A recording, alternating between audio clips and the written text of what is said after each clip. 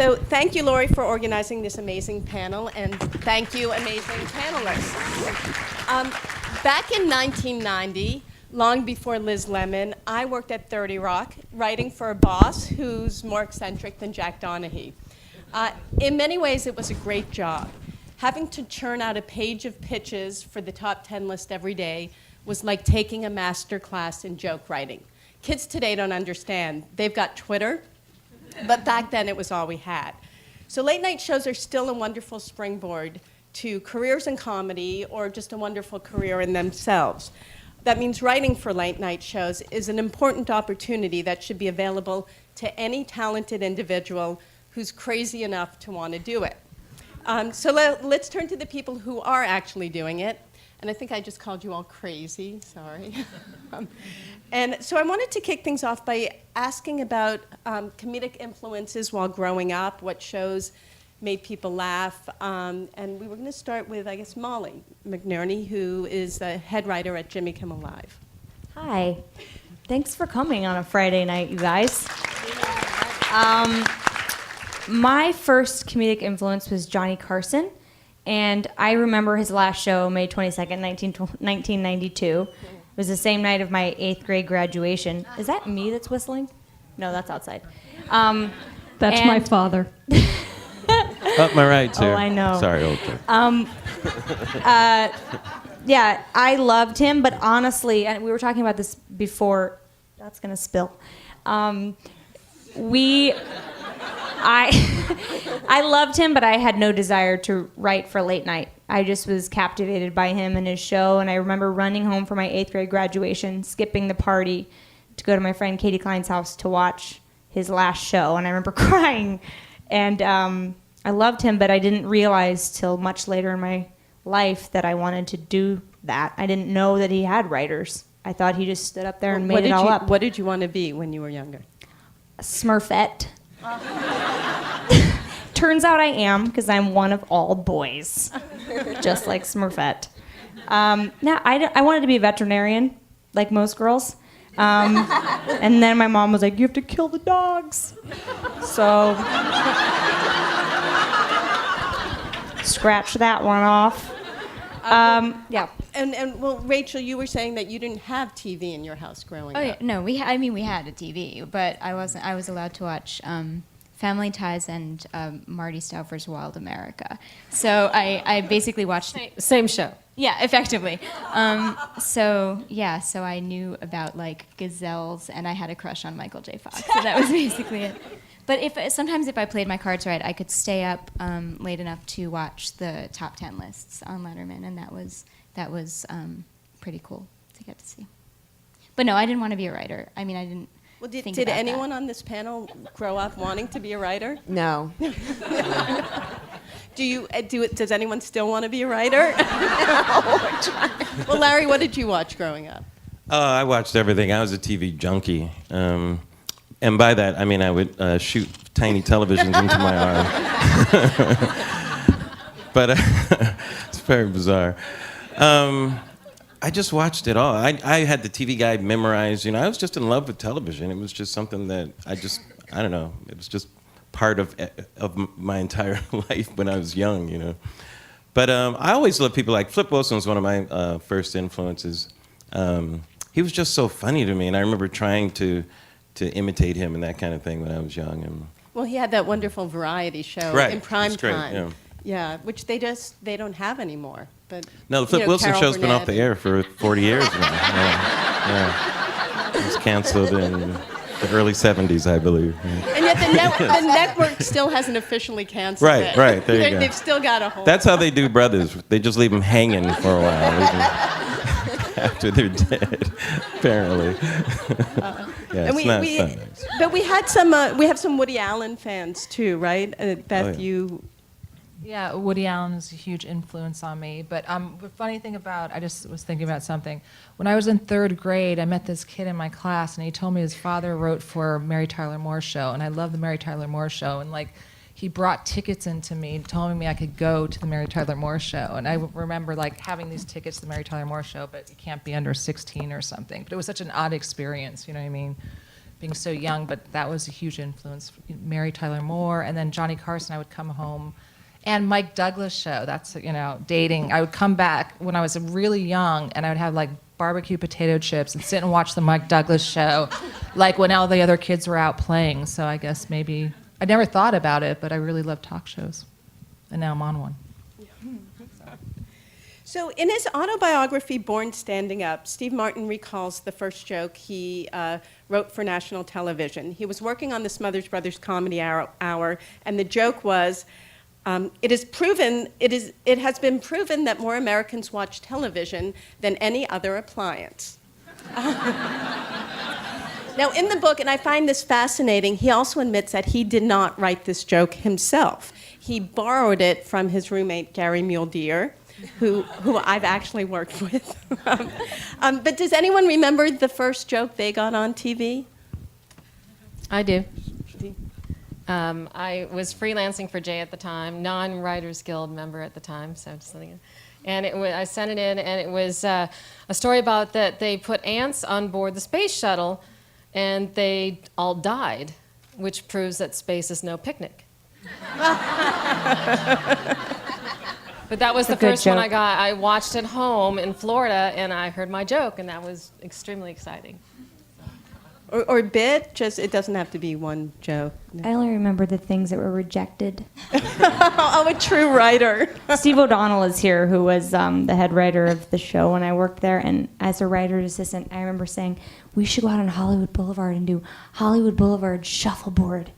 And which meant someone went outside and the guests would play shuffleboard on the Hollywood stars, and it was exactly as it sounded. It was terrible. And it was boring, and I cried. I don't think that was such a bad idea. Actually. Yeah, I don't better. either. Beth, you haven't spoken yet. Beth Sherman. I was really influenced by stand-up and not watching it, but old records. My mom loved flea markets, and we would go, and to entertain myself, I got a few, and I was fully influenced by that. Did you listen to Monty Python? And Not Monty Python. It was Carlin, Cosby, Alan Sherman, who is unfortunately no relation, Tom Lehrer. Yeah, I love Tom Lehrer. And all that stuff. But apparently, they always watched Carson. It was way past my bedtime. But apparently, as a baby, if I woke up before midnight, I was my father's responsibility to feed, and he would watch Johnny Carson's monologue. So as a baby, I was regularly fed. My mom said, "God bless it, you always did." So my dad would feed me to Carson's monologue. Oh, that's sweet. Oh.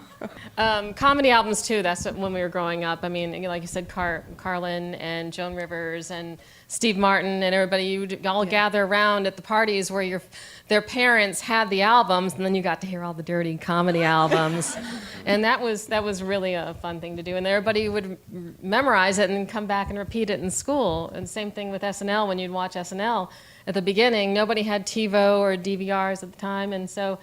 You'd come back and you'd say, "Oh my gosh, did you see this and that?" And so that was a huge thing when we were growing up, was the comedy albums and Saturday Night Live, which was a big deal too, and early Letterman.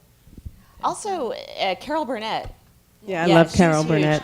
And she also did a monologue up top. I think people forget it because they just remember the sketches, but she did mono, so she was a motherfucker. Yeah. In my opinion.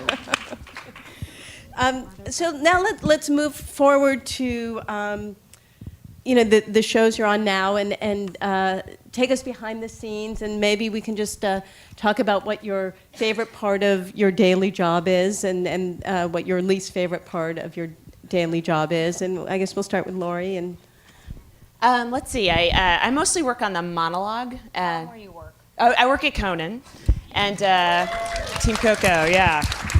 So it's myself and four guys that mostly do the monologue. And so we're kind of sequestered in our offices. We don't do much with the sketch writers for a couple hours, and we just write as many jokes as we can.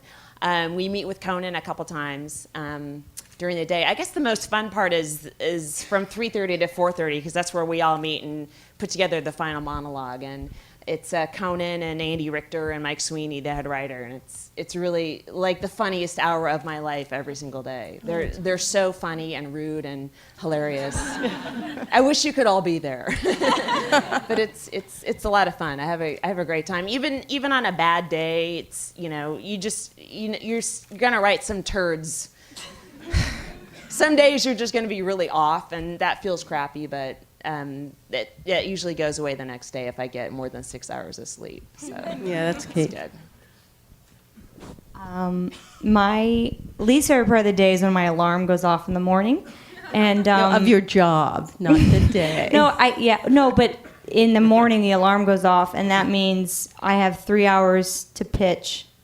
Our pitches are due by 10:50 a.m. At Jimmy Kimmel Live, and that's stressful. You're hoping that Tiger Woods fucked somebody, or that I know that Sarah Palin and some or Sarah NBA Palin player did got something together dumb. years ago. But that's very stressful for me, waking up and that alarm goes off and laptop goes up and eyes are still kind of closed, and I go to Huffington Post and Perez Hilton and CNN, and I'm hoping that someone fucked up somewhere, and it kind of feels bad.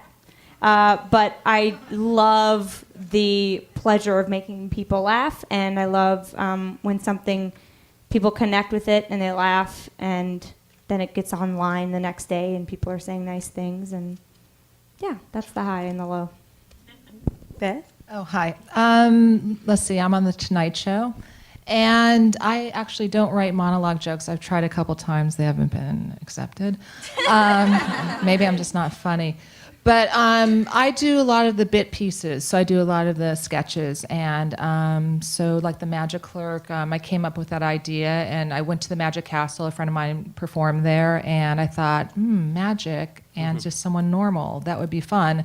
And so you go in, and you have to write it up, and then you sort of pitch it to Jay, and then he hands it over to the head writer, and then you sort of go back. If they don't say anything and you really believe in it, you can go back and sort of say, hey, what about that idea? And they'll come around if it's a good pitch, and they've let me. The nice thing about it is that they've let me really take my sensibilities. I used to work on Jimmy Kimmel, and and I feel like the stuff that I'm doing on the show is really like my sensibility for my humor, and not just for the Tonight Show. So I think that that's been really great, and it's fun. It's, a lot of editing and. Then it gets on the air, and then you're on to your next one. Yeah, That's about it. And Beth Sherman has worked at both Leno and Letterman, and is currently a writer on Ellen. I can't keep a job. You've been there. How long have you been there? This is my third season at Ellen. That's very, very good. Well, this show is kind of different because this show, I used to write some monologue and I would do bits, primarily at Leno.